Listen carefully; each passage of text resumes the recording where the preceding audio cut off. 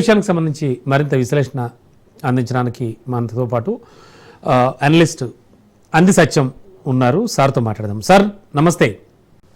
నమస్తే అండి. Sir Dharmasthala issue అసలు సెన్సేషనల్ ఇష్యూ అయిపోయింది. అది మరి అటువంటి ఇష్యూ ఇప్పుడు ఓవరాల్గా చూస్తే కనుక యూటర్న్ తీసుకుని ఎవరైతే పుర్రెతో సహా పోలీస్ స్టేషన్లో ప్రవేశించి ఆ మొత్తం విషయాలని చెప్పడానికి ప్రయత్నించాడు, పోలీసులను తీసుకెళ్లి మొత్తం అన్ని చోట్ల తవ్వించాడు, ఇలా రకరకాలు చేసిన వ్యక్తే ఆ వ్యక్తినే ఇప్పుడు అరెస్ట్ చేయడం ఏంటి సార్? ఇది ఎలా అర్థం చేసుకోవాలి ఇలాంటి ఇష్యూస్ని? ఇలాంటి ఇష్యూని వ్యక్తిగతంగా ఆలోచించడానికి వీల్లేదు సార్. ఎందుకంటే ఇవాళ దేశవ్యాప్తంగా ఒక సెన్సిటివ్నెస్ ఏర్పాటై ఉన్నది, ఒక మిస్అండర్స్టాండింగ్ కూడా ఉన్నది మతాల మధ్య. కాబట్టి ఇండివిజువల్గా కాకుండా దీన్ని ఇన్స్టిట్యూషనల్గానే ఆలోచించి పరిష్కరించాల్సినటువంటి అవసరం ఉంది.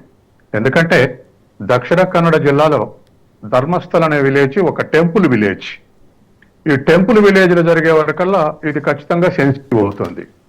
ఒక ముసుగు వ్యక్తి అంటే ఒక పుర్రె తీసుకొని పోలీస్ స్టేషన్ పోయి కంప్లైంట్ ఇచ్చాడు. కంప్లైంట్ ఇచ్చి నేను నా సెక్యూరిటీ కొరకు నేను ముసుగు కప్పుకున్నా, నేను ముసుగు తీయను, కానీ నేనే అక్కడ దరిదాపు గత 15 ఏళ్లుగా వందల కొద్ది యువకుల శవాలు బాతిపెట్టినా, అక్కడ జరుగుతుందని చెప్పేసి కంప్లైంట్ ఇచ్చాడు. కంప్లైంట్ ఇస్తే రాష్ట్ర ప్రభుత్వం ఇది రాష్ట్ర వ్యాప్తంగా గగ్గోలైంది. దీంతో గవర్నమెంట్ సిట్ ఏర్పాటు చేసింది. ఆల్ పొలిటికల్ పార్టీస్ కూడా సిట్ ఏర్పాటు చేయటం అనేది అప్రిషియేట్ చేసినాయి. సిట్ ఏర్పాటు చేయాలని, తేల్చాలి దీని సంగతి ఏమిటని చెప్పేసి. ఇది జూలైలో జరిగిన సంఘటన. ఇప్పుడు జూలై, ఆగస్టు 2 నెలలు సిట్టు దీని గురించి ఎంక్వైరీ చేసింది. దరిదాపు డజన్కు పైగా స్థలాల్లో దొవి చూసింది.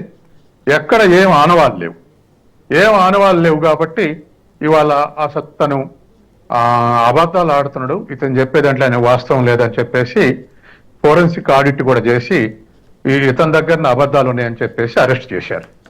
ఈలోపు ఇవాళ మనకు డిజిటల్ మీడియాలో కానీ ప్రింట్ మీడియాలో కానీ ఇన్వెస్టిగేషన్ జర్నలిజం ఎంత అవసరం మరొకసారి అవుపడుతుంది.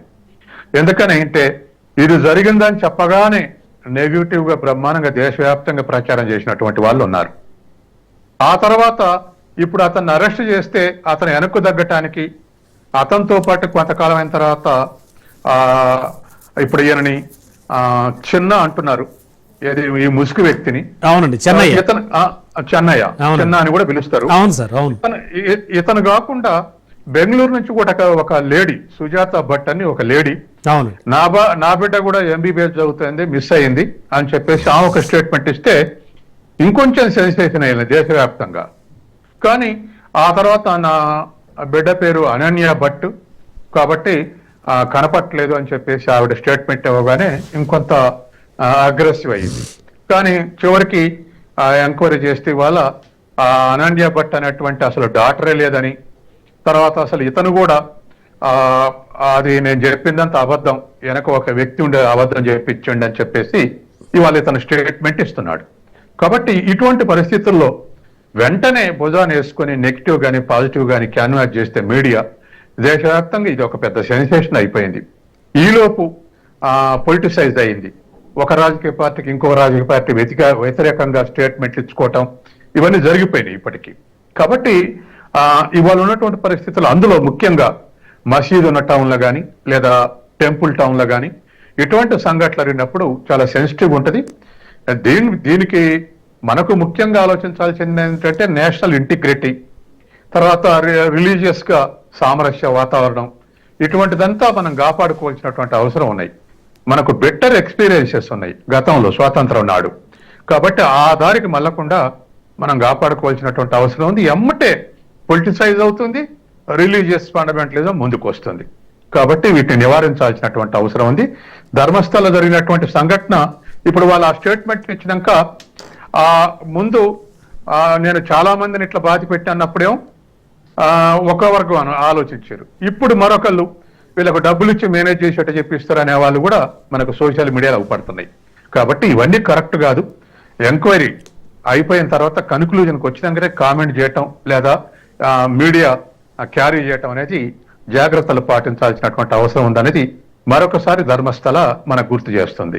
ఎస్ సార్, ముఖ్యంగా ఇటువంటి ఇష్యూస్ అంటే చాలా సెన్సిటివ్ ఇష్యూస్ సార్. ఇది మనం చాలా ఆశ్చర్యపోయాం, ఒకంత అసహనానికి కూడా గురయ్యారు చాలా మంది. మరి ఇటువంటి ఇష్యూ మీద వెంటనే గవర్నమెంట్ స్పందించి సిట్ని ఏర్పాటు చేయడం కానీ ఇలాంటివన్నీ చేసినా కూడా అంటే అక్కడ ఉన్న లోకల్ గవర్నమెంట్ కాంగ్రెస్ని బీజేపీ విమర్శిస్తోంది. ఎందుకని ఇలాంటి ఇష్యూస్ రాజకీయ రంగు పులుముకుంటూ ఉంటాయి? అంటే ఎవరికి తోచింది వాళ్ళు స్టేట్మెంట్లు ఇచ్చుకుంటూ పోతారా అండి? ఒకళ్ళ మీద ఒకళ్ళు దుమ్మెత్తు పోసుకుంటూ ఉంటారంటారా? ఎట్లా చూడాలి? అంటే ఒక బాధ్యత గల పార్టీలు, ఒక బాధ్యత గల ప్రభుత్వం నడుపుతున్నది అండ్ కాంగ్రెస్, అండ్ మరోవైపు బీజేపీ విమర్శిస్తోంది. ఎలా చూడాలి సార్ ఇలాంటి ఇష్యూని? బీజేపీకి ఒక స్టేట్మెంట్ ఏమిటంటే, వాళ్ళు ఇచ్చినటువంటి స్టేట్మెంట్ కర్ణాటక నుండి, సార్ అంత తొందరపడి సిట్ ఏర్పాటు చేయాల్సిన అవసరం ఏముంది, తర్వాత మా బీజేపీ ప్రభుత్వంలో ఇవన్నీ జరిగినాయన్న అనుమానంతో మీరు సిట్ ఏర్పాటు చేసి మమ్మల్ని కార్నర్ చేయడానికి ప్రయత్నం చేశారు. అంత స్పీడ్ మీద సిట్ ఏర్పాటు చేసినటువంటి ఉద్దేశం మీకు దురుద్దేశం ఉంది, మాకు నెగిటివ్ గా దీన్ని తయారు చేయడానికే సిట్ ఏర్పాటు చేశారు అనేది ఇవాళ బీజేపీ విమర్శ. దానికి కౌంటర్ గా కాంగ్రెస్ ఇచ్చిన స్టేట్మెంట్ ఏమిటంటే, కర్ణాటకలో లేదు సిట్ ఏర్పాటు చేసినప్పుడు మీరు కూడా హర్షం ప్రకటించారు, ఇదేదో వాస్తవం ఏదో తేల్చాలని చెప్పారు, ఇప్పుడు మళ్ళీ మరొక అభిప్రాయం చెప్తారు మీరు అని చెప్పేసి వాళ్ళ కౌంటర్ గా డికే శివకుమార్ ఒక స్టేట్మెంట్ ఇచ్చాడు.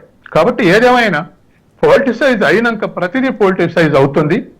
కమ్యూనల్ హార్మోనియస్ దెబ్బతింటే ప్రభుత్వాలు ఆపలేవు, ప్రభుత్వాలు ఆపించేందుకు ప్రయత్నం చేసినా ఆగవు. ఎందుకంటే ఒక టౌన్ లేదా ఎరప్ట్ అయితేనే కష్టం అవుతుంది. కాబట్టి ఒక రాష్ట్ర వ్యాప్తంగా దేశవ్యాప్తంగా సంఘటనలు జరిగితే చాలా కష్టమైనటువంటి పని అవుతుంది. తర్వాత మనం కూడా ఆలోచించాల్సింది ఏమిటంటే, సామాన్యం ఇతర దేశాలు చాలా అగ్రెసివ్ గా సైన్స్ అండ్ టెక్నాలజీని డెవలప్ చేసుకొని ఒకళ్ళ మీద ఒకళ్ళ ఆధిక్యత సాధించడానికి ప్రయత్నం చేస్తున్నారు. మనకు చుట్టూ మనకు అవుపడుతున్నాయి. మనం కూడా అటువంటిది ఏదన్నా మనం మొన్న కరోనా సందర్భంగా వ్యాక్సిన్లు కనుక్కుంటే మనకు కావాల్సినంత ప్రిస్టేజ్ వచ్చింది ప్రపంచవ్యాప్తంగా. అట్లా మిగతా దేశాలు అటువైపు ప్రయాణిస్తే మనం ఇక్కడ ఈ విధమైనటువంటి మూఢనమ్మకాల కొట్లాట్లు, తర్వాత వెంజన్స్ తోటి మాట్లాడటం, ఇటువంటి పరిస్థితి వస్తే లా అండ్ ఆర్డర్ ప్రాబ్లం వస్తే జనరల్ గా ఎక్కడైనా మనం ఏం చెప్తామంటే, law and order is a prerequisite for development. అసలు డెవలప్మెంట్ కావాలంటే లా అండ్ ఆర్డర్ అనేది చాలా కంపల్షన్. దానికి ఇవన్నీ మత సామరస్యం, రాజకీయ సామరస్యం, ఇవన్నీ కూడా అవసరం. కాబట్టి వీటిని పొలిటికల్ ఇంట్రెస్ట్ తోటి ఈ హార్మోనీ ఉన్నటువంటి పరిస్థితిని దూరం చేసుకోవటం కరెక్ట్ కాదు. మనకు ధర్మస్థలం మరొకసారి వార్నింగ్ సిగ్నల్ ఇస్తుంది.